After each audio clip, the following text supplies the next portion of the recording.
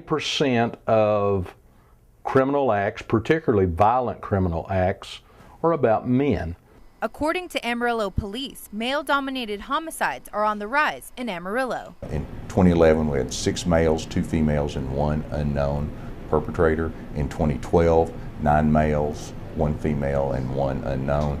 But while female-committed homicides are on the decline, local officials are noticing a correlation between drug crimes and women. The increases that we've seen in the last, half a decade about female criminality are all related to drugs. Problems that develop out of drug offenses involve females to a greater degree now than in the past. Females were used for things like transporting drugs because there was a perception among some of the people that officers were less likely to search a female. But why are men more inclined to commit violent crimes? According to Dr. Keith Price, Associate Professor of Criminal Justice and Sociology at West Texas A&M, the answer is twofold. Part of that is biological. Okay, it relates to hormones, testosterone, the fight or flight hormone that men certainly have in abundance where women only have small parts of. He also says that society socializes men and women differently in terms of aggression. Where a certain amount of violence is acceptable in a son's behavior, it's discouraged in a daughter's behavior.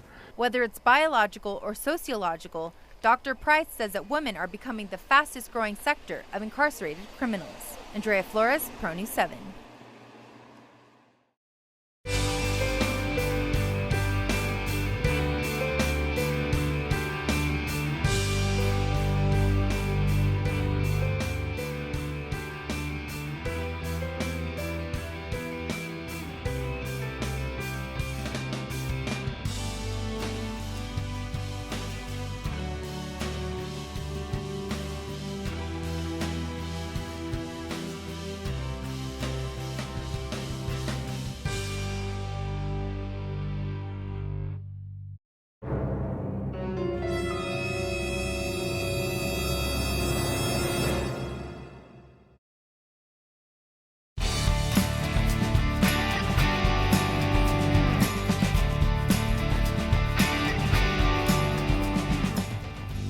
How likely are women to commit violent crime? Let's hear from our expert.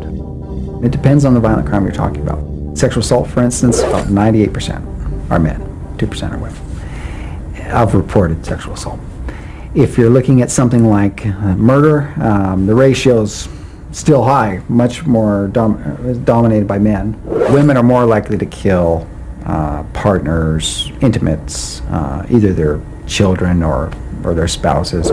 Within the last decade or two, you've really seen a difference to where women are converging with men in the types of violence that they're committing.